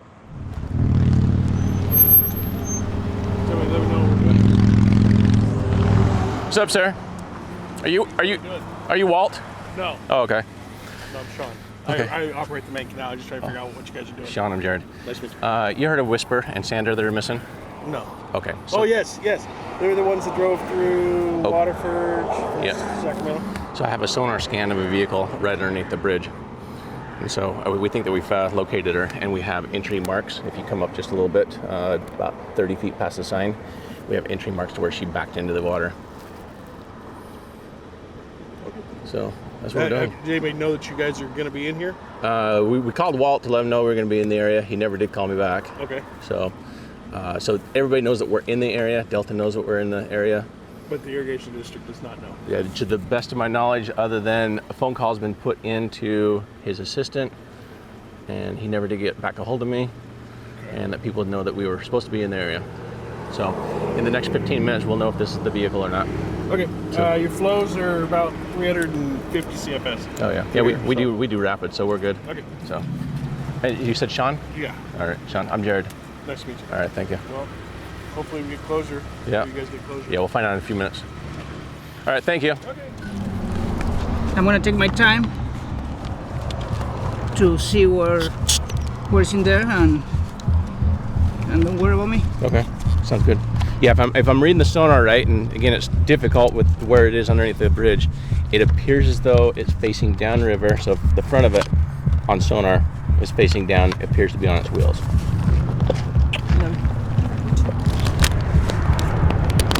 Cuidado que está enganchado. Ponete acá. Engancho la catita.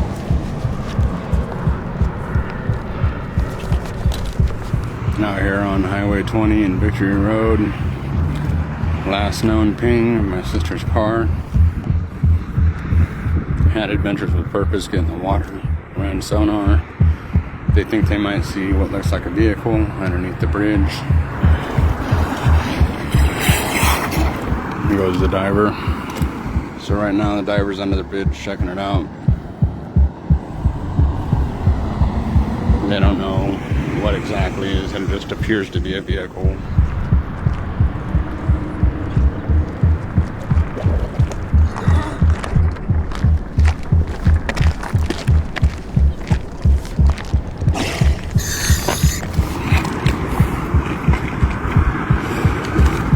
Yeah.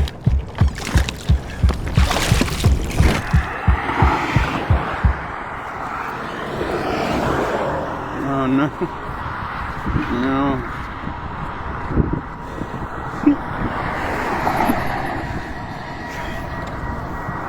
No.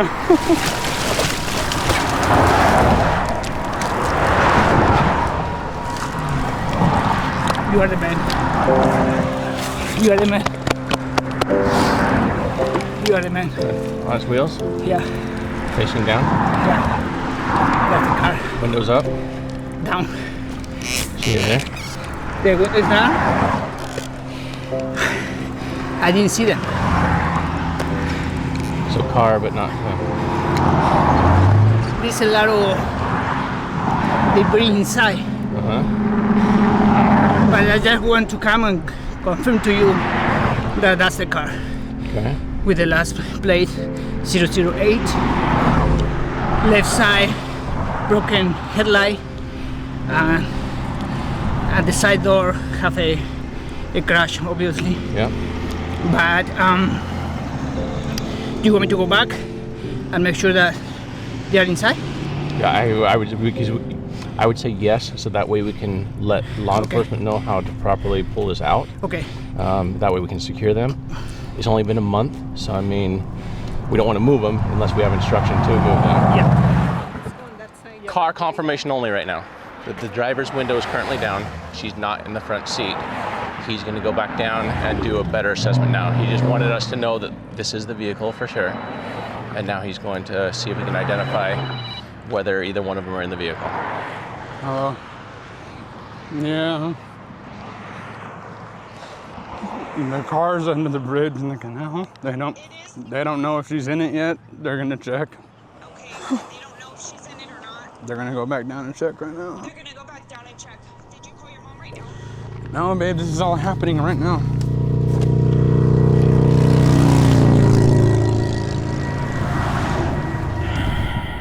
Alright, we're out here on 120 and Victory Road.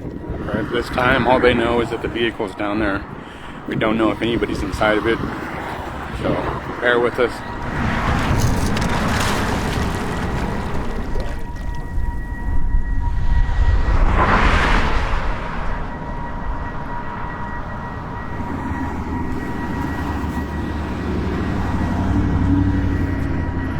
I can't record right now, you guys. I'm gonna have to post something up, but I can't do this right now.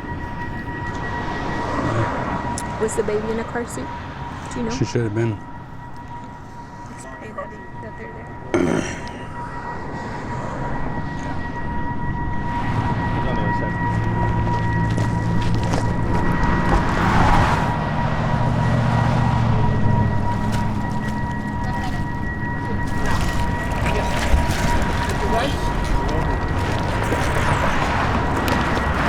Yeah, she's inside. Yeah. Both of them? I can reach to the car seat. Okay. And because there's something floating, Yeah. and I don't want to go inside and this thing is coming out. Okay. So I just rather to have it there. But if she was with the baby had to be there because the seat, the passenger seat is all the way back to the car seat. All right. She is in the car.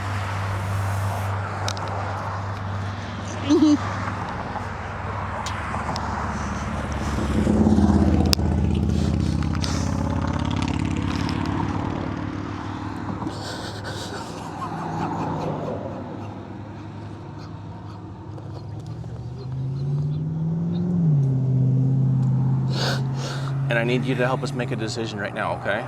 And the decision I need you to help us make is, do you want us to pre-rig this? So that way it's rigged and there's no excuses as to why the car's not coming out today. Or in an expedited fashion. Or do you want us to leave everything as is and let them control it? Get it done. Huh? Get it done. Okay. So we're gonna pre-rig it before we call law enforcement then. Okay?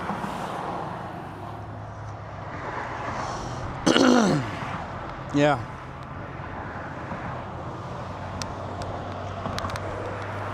All right. Okay, I'm gonna leave you right now, all right? Uh-huh.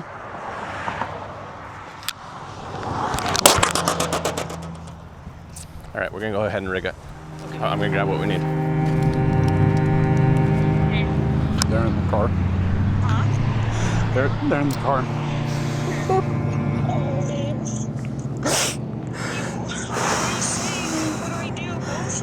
They're gonna rig the car so that they can get it pulled out today, so law enforcement doesn't come up with an excuse not to. I'm so sorry.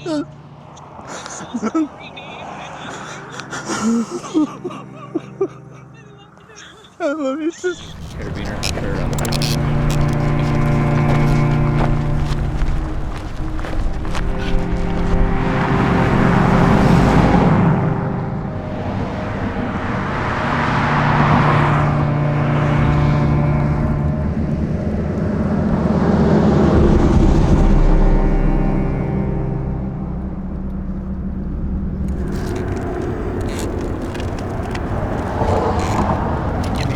Cierra todo eso ahí.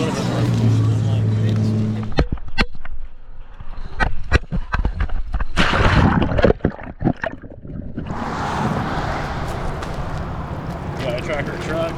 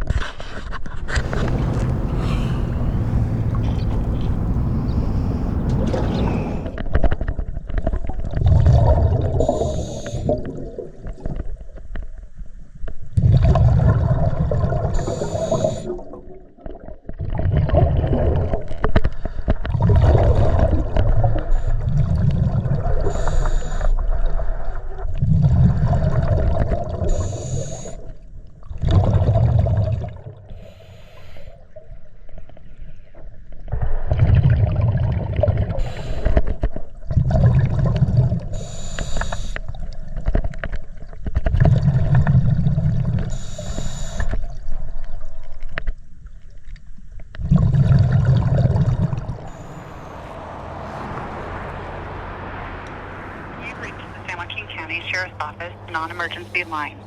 Sheriff's Office. Hi there. Hey, my name is Jared, and I'm a search and recovery diver in the area working the case of Sandra and Whisper Owens, who went missing out of Fresno. And we are currently off of the 120 and Victory in your county, and we need an officer dispatch. We have located her vehicle. It's pinned underneath the bridge, and we just need a deputy and get the process going so we can recover her and her vehicle. She's inside. And you said it's 120 and Victor? Is it Victor or Victory Avenue? Victory in Escalon? Yes, ma'am. And is it sticking out of the water? No, ma'am. It's pinned under the bridge, and it's in 9 feet of water. And we have pre-rigged it, so we just need to have a rotator dispatched as well, so that way they can simply hook to it and pull it out. You need a what? A rotator? Tow truck? Oh, you want us to call that for you? Yes. Or you're going to pull it? Oh, well, we have already rigged it for you, so that way your deputy on scene can just oversee everything that's going on properly. But either you or he will want to dispatch a rotator for the recovery to pull the vehicle out. But we do have it rigged, so you do not need a dive team. We've already done everything on our side for you. Okay. Dive team not needed. Okay, I'll let them know. Okay, thank you. Okay, thank you. Yeah, Bye. bye-bye. Now we get head honcho out here. Huh? I said now we get to head honcho. Who's this? It's a different guy. It's not the same guy. Okay. But from the... Where was she at in the car? Where was she at in the car? In the driver's seat. Yeah, she's in the driver's seat. Yeah, I wasn't able to Baby in the car see the seat? baby because was something, a package. Looked like it was a package floating in the ceiling. My first impression was the diapers, a box of diapers, but I didn't want to disturb anything. The Sandra was kind of far from my side, so I didn't want to go inside. We've located both of them. They're pinned underneath the bridge. We have law enforcement on the way. And then, do you need us to drop flows? I think it'll be easier for the tow truck, so that way we have less current. But let's get. How long does it take to actually slow it? If we drop flows now, I would guess an hour to see the result. Let's do that if you don't mind. Yeah. Because I would guess a tow truck would be here in about an hour to 2 hours, and it's kind of our time frame on it. Okay. But yeah, I can let PD know that we've already got that in the works. Okay. I'll get a hold of the operator, have him drop flows as far down as he can. Okay. Appreciate your help on it. Yeah. Thanks, James. Hey, Sean. How far down can you drop flows? Water District is on it. They're going to start dropping flow for us. So he's going to start it now. It's going to take about an hour for it to affect, which is going to be about an hour to 2 hours before the tow truck is here anyway. So that'll help us have less pressure as we're pulling it back upstream. And so everybody's been great to work with so far. There's no excuse at this point. We've taken away all their excuses, so we'll continue to coordinate this for you and bring her out. But with this now also, this is one of those things where 100% we advise that you don't, from a distance, if you want to watch the vehicle come out. This isn't my first time with this gun. As long as you know what you're getting into. I mean, for me personally, I want you to remember Whisper and Sandra how they were, not how they... But that's not the way the world works, man. I understand. So as long as you know what you're up against, all right? Yeah. Okay. It's not my first loved one I've seen like this, unfortunately. Okay. Part of me knew this was going to happen today. Everybody kept asking to start a GoFundMe so that I can get a search, and get the private investigator and get everything else going, but I knew that this was going to be the case, so I wanted to wait for that until funeral arrangements and everything else is necessary, because... Speaking of that, so we have an incredible community that has stepped up before to help out with funeral expenses. Is your family good with funeral expenses, or do you need help with that? We'll need help with it. Do me a favor then, or have Nicole, or I need you or Nicole to do this before we put out the information this evening. We need to have that up, and we need to have that link so we can start driving people to it for you, okay? So if somebody can coordinate that in the next couple of hours. I was trying to get a hold of my brother-in-law and let him know what's going on, but I think he put his phone away because he's got my niece and nephew with him, and he's been trying not to take these calls and stuff on the weekends because he's with the other kids, and it takes from them, so Unfortunately, I don't think he's seen my calls or got my message. Yeah. So, but I don't want to disrespect his wishes with the baby, and I start making arrangements for both of them. I know I want to include him in this decision as far as what he wants to do. I don't know exactly if he has even a religious preference or if he wants. We traditionally do cremations in our family, so it's not as costly and as extravagant as most situations. But unfortunately, we've lost probably about close to 10 people in the last 6 years. Oh man! And me and my wife have come out of pocket for almost every one of those. Hey, Jared, this is Jared Pettit with the Sheriff's Office. How are you? Yes, sir. I'm doing well. Thanks for calling. Just curious, have you guys been in touch with Fresno? No, we called because we called the non-emergency for the county that we're in. So as far as I know, I called the correct line. So cool. Hey, we're en route now. We'll be out there probably like 15 minutes or so, Jared, okay? Okay, and what I have so far for you is the water district has stopped by. So they've got the flows, they're gonna start dropping those. So about another hour and 45 minutes, the flow will be as low as we need it, or as low as they can put it for us. And then we have pre-rigged it, so you don't need any divers, and we just need a rotator out here to pull it and help coordinate.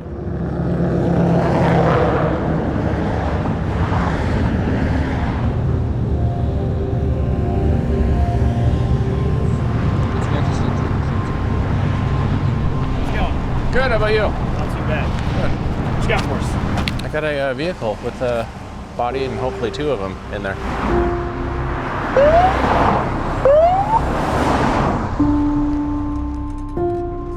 said the markings were over here? And then we can go back up, and then I believe that she was in reverse when she went in, backed into it, facing downriver, on wheels. So over on 26 Mile, at your outlet coming out of the reservoir over there, you've got these tire marks that are coming into it with what appears to be fresh marks as well, but there's no marks indicating that a tow truck has been over there to drag this back out. Okay, we have a camera that can see right there. Mm-hmm. We have a camera that's kind of like here looking this way. But split second is all it takes. Right. But this never drained, even in November, it's not going to drain down. It'll get, yeah, we'll get that part down pretty low. I mean, there may be a trickle going through there. Less than 6 feet? Oh, yeah. Okay. Yeah, we're going to shut all that down. Okay. Well, then we won't worry about it then. We'll let you guys just kind of keep an eye on it and know that you might have something in there. Okay.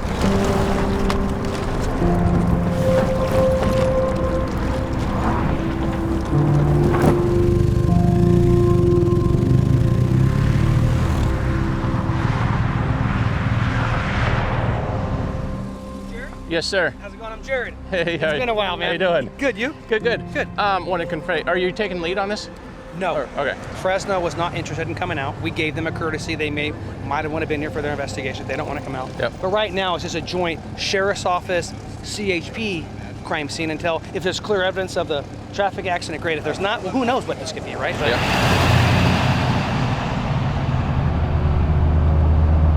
Are we just smaller versions of a bigger home? Are you the rivers and veins of mine, the flakes that become snow? And you might believe that everything is broken, fragments of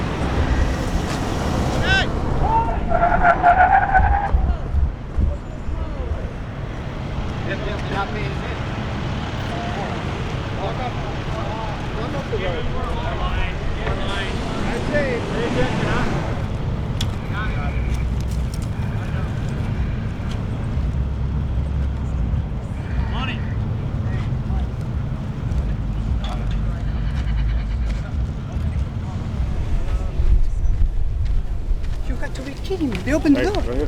Hey, bye, baby.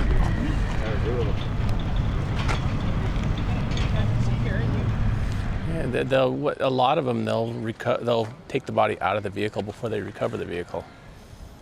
So, because you're less than 6 months in and you still have a full body, it happens more often than not that's what they choose to do. Why? Because they don't want to have the chance of like losing it while they're actually pulling the vehicle out, and so a lot of dive teams will make that decision to pull them out if they can. So what I was thinking to do is just with a net with magnet. Oh, I understand. I put a magnet on top of the. Yeah. Wow.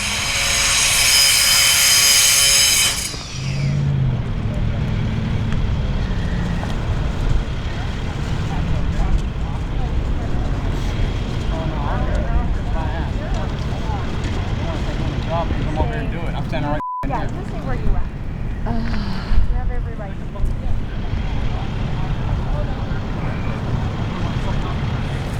I'm taking that's my motherfucking loved one right there. And just so you know, we're going to be very respectful. So. Yeah, I know that. And that little snuff kid. Oh, look at what I seen today. I'm not doing that. Yeah.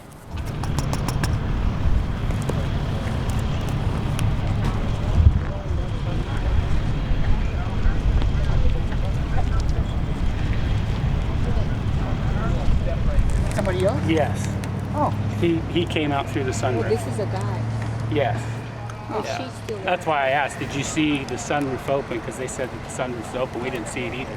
Yeah. And then when they popped the door open, he went up through the sunroof. No. So there's another person. Is she in there? It is boy. he says there's more than 2 people in there. Oh. He says that she's still in the car. When they popped the door open, he went up through the sunroof. Hey. Your sister's still in the car. What? That's a guy. That's a guy? Yeah. Was she with somebody else? No, obviously it had to have I been. mean, yeah. But the car has a sunroof. Mm-hmm. The car has a sunroof. I don't even remember. Yeah, there is a sunroof. So he came out through the sunroof just now. So he was on the other side. And she was. This is getting worse. My brother-in-law needs to not come. I really hope he decides not to come.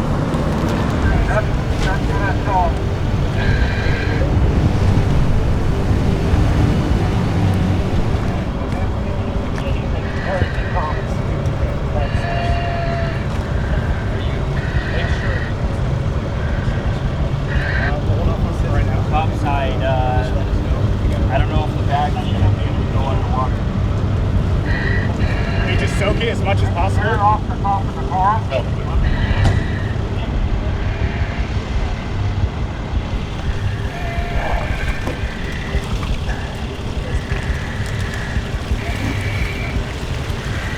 Let it drain.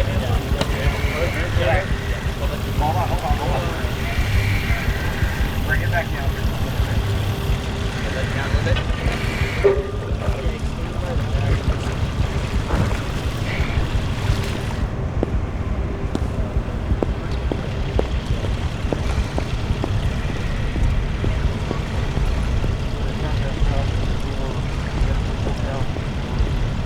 I said the driver rear. I could double check. You want me to go double check that the doors are shut in the car? Stand by one. Leo, you want the doors shut in the car? We'll probably send it back down and go to hook up the car. Hooked up. Yeah, right there. Yeah. Ready?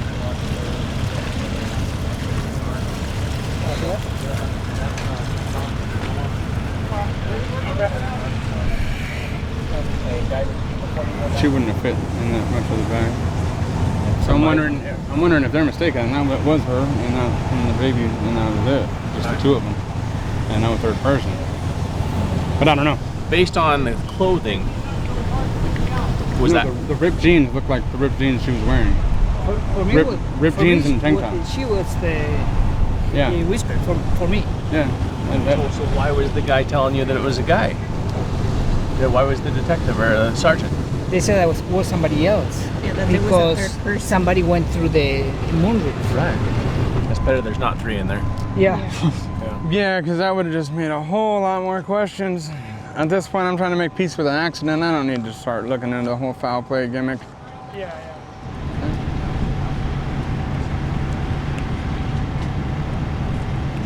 If you can get to the lowest one, go to the lowest one. Okay. If you can't, then go to the second one here and get rid of the third one. Okay. I think. But I gave you options on it. Yeah. We'll Yeah. So just go. Yeah, go to that one until he's closer, and then re-rig it. Okay. When you can.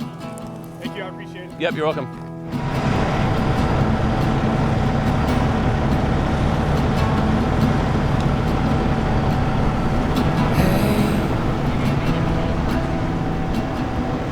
I love talking on the phone.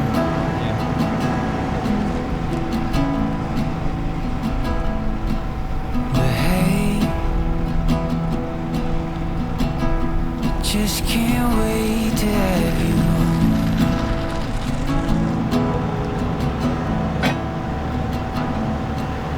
Oh, I'm alright for now,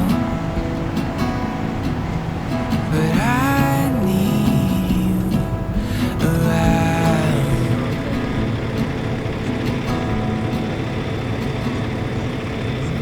Hey, we both know that this is right.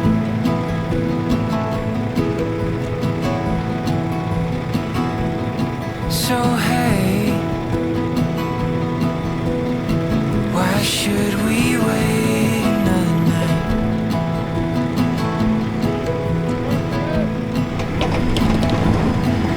Oh, I'm alright for now, but I need you around.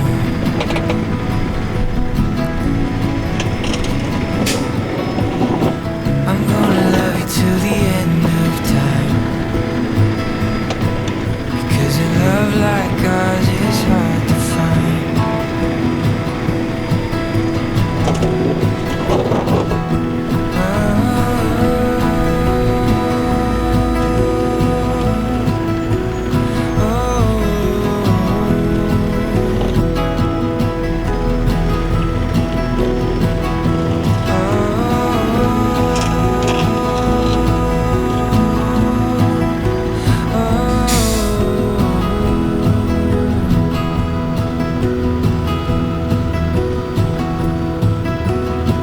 I'm gonna love you till the end of time, That we reported. because a love like ours is hard to find.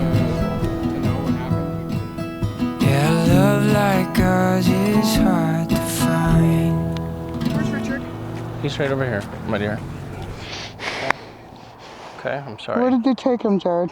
They're still on scene over here, as far as I know. I think they're on the other side, but as a mom, no. Okay? Please listen to me. How good things were at home, and how she was excited to get home and to keep making core memories with her family. To keep making memories that she could be proud of and that her kids would be able to look back on and remember for the rest of their lives. Memories that, we didn't have a lot of when we were kids, and she was proud to start making those memories.